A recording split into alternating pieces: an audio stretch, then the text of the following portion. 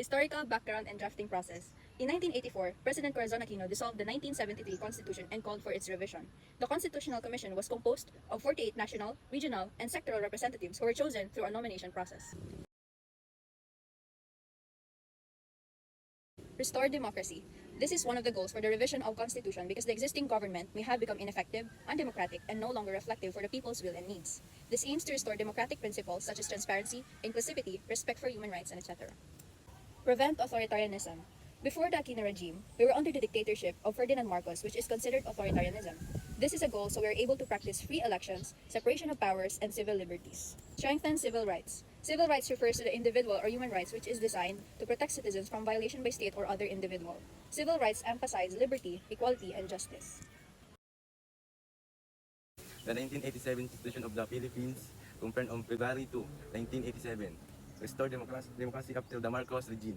It emphasized the role of the people, social justice, separation of power, accountability, national unity, human rights, and the role of its main purpose, including establishing a democratic government, protecting human rights, promoting national unity and development. Key features includes the Bill of Rights, social justice provision, economic provisions, environmental protections, rights of indigenous peoples, and local autonomy. The Constitution has been changed to establishing democratic institution and remain labeling documents that adapt to the national needs while uploading democracy and justice. Government structure and checks and balances. Restoration of presidential system, executive, legislative, and judicial. During the time of Ferdinand Marcos, there were no senators, cabinet members, or House of Representatives. All the power is in the hands of the president. So, the concept of restoring the checks and balances is to prevent the overpowering of the president or other political organizations. Executive branch is for executing the law, legislative for lawmaking and handling the budget of the government, and judicial for interpreting the laws if it's humane and constitutional. From December 30, 1965 to February 25, 1986, Marcos was president for a total of 21 years, 1 month, and 26 days. He gained so much power. So the 6-year term was established to limit concentration of power in the hands of a single individual, preventing the possibility of authoritarian rule. Contents of the 1987 Philippines Constitution. The 1987 Constitution is the supreme law of the Philippines. It defends the right of citizens and serves as a guide for the government. It's composed of articles that discuss topics such as democracy, human rights, governance, economy, and national development. 18th article of the 1987 Philippines Constitution. National territory defines the Philippines territory including all its island water and other areas under its jurisdiction. Philippines and policies outlines fundamental principles like democracy and social justice and guides the government's action. Bill of Rights guarantees basic rights like freedom of speech, religion, and due process of law. Example, freedom of speech. Citizenship explain how individuals become Philippine citizens. Birth, nationalization. Suffrage establishes the right to vote and outlines election processes. Legislative department defines the structure and power of the Senate and House of Representatives. Executive department outlines the power and responsibilities of the president, who leads the executive branch. Judicial departments define the structure and power of the Supreme Court and the judicial system. Constitutional Commission establishes the Civil Service Commission, Commission on Election, and Commission on Audit to ensure good governance. Local government outlines the structures and power of local governments, provinces, cities, municipalities, and barangays. Public accountability holds public officials accountable for their action and provides mechanism for addressing corruption. National economy and patrimony guide the Philippines economy, emphasizing Filipino ownership and control of resources. Social justice and human rights stresses social justice and human rights, including rights of workers and indigenous communities. Education, science, arts, and sports emphasizes the importance of these areas of national development. The family recognizes the importance of family life and protects the rights of parents and children. General provisions includes general provision about the national language, flag, anthem, and seal. Amendments or revisions outlines the process for amending or revising the Constitution. The transitory provisions addresses the transition from the previous Constitution to the 1987 Constitution. Preamble. The preamble sets the stage for the Constitution. The preamble is an introduction to the highest law of the land. It is not the law, it is those not define government powers or individual rights. The preamble in a constitution is very important because it serves as an introduction or abstract. It contains important phrase that will provide an understanding to the purpose of the constitution as well as what to expect from the nations of the set of law. Bill of Rights and Protection of Civil Liberties.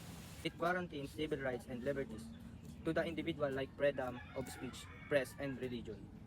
It prohibits arbitrary deprivation of life, torture, cruel, or degrading treatment or punishment, slavery and forced labor, arbitrary arrest or detention, arbitrary interference with privacy, war, propaganda, discrimination, and advocacy of racial or religious heritage. Bill of Rights in the Philippines. The maintenance of peace and order, the protection of life, liberty and property, and promotion of the general welfare. Importance of liberty. Civil liberties protect citizens from governmental tyranny, which gives them the ability to criticize the government and allows them privacy. The key point of Article 2. Section 1. The Philippines is a democratic and republican state. Sovereignty resides in the people and all government authority emanates from them. Section 2. The Philippines rejects war as a national policy and upholds international principles for peace, equality, justice, freedom, cooperation, and friendship with all nations. Section 3. Civilian authority is at all times supreme over the military.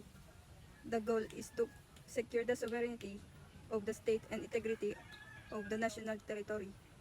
Section 4. The prime duty of the government is to serve and protect people. Section 5. Ensuring peace, order, and protecting life, liberty, and property are essential for well-being and enjoyment of democracy by all citizens. Section 6. The separation of church and state. Section 7. The state pursue an independent foreign policy prioritizing the national sovereignty, territorial integrity, national interest, and the right to self-determination in its interactions with other nations. Section 8.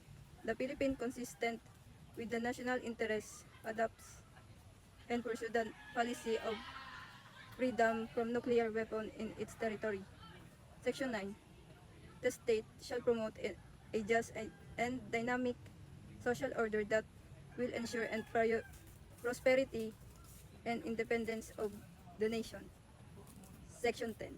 The state shall promote social justice in all phases of national development. Section 11.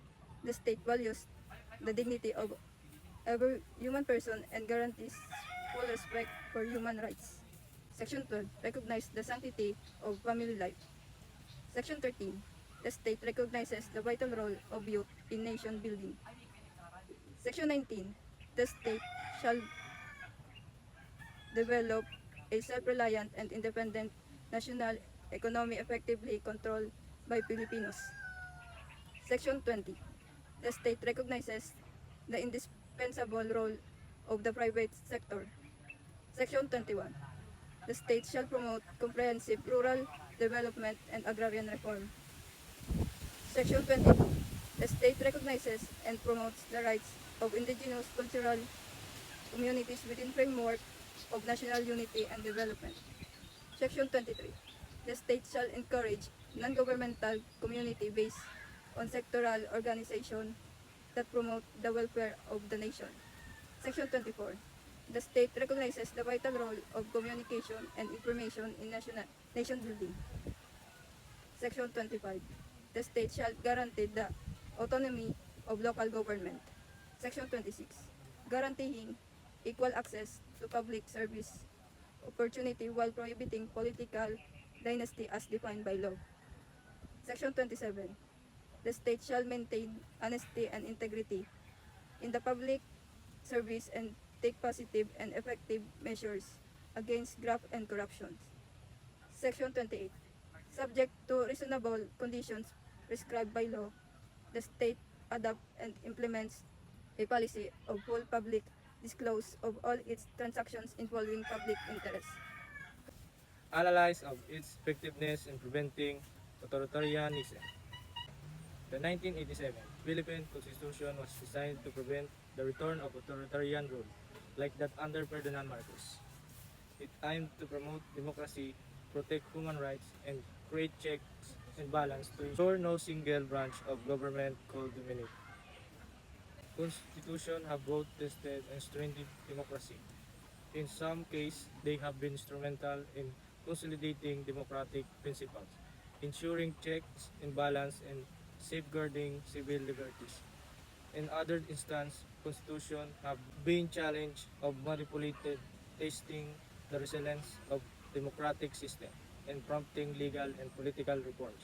Overall, constitutions are central to the functioning and evolution of democratic institutions, reflecting the ongoing balance between governance and individual freedoms.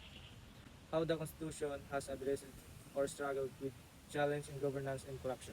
The Philippine Constitution addresses governance and corruption through various provisions aimed at promoting accountability, transparency, and effective public service.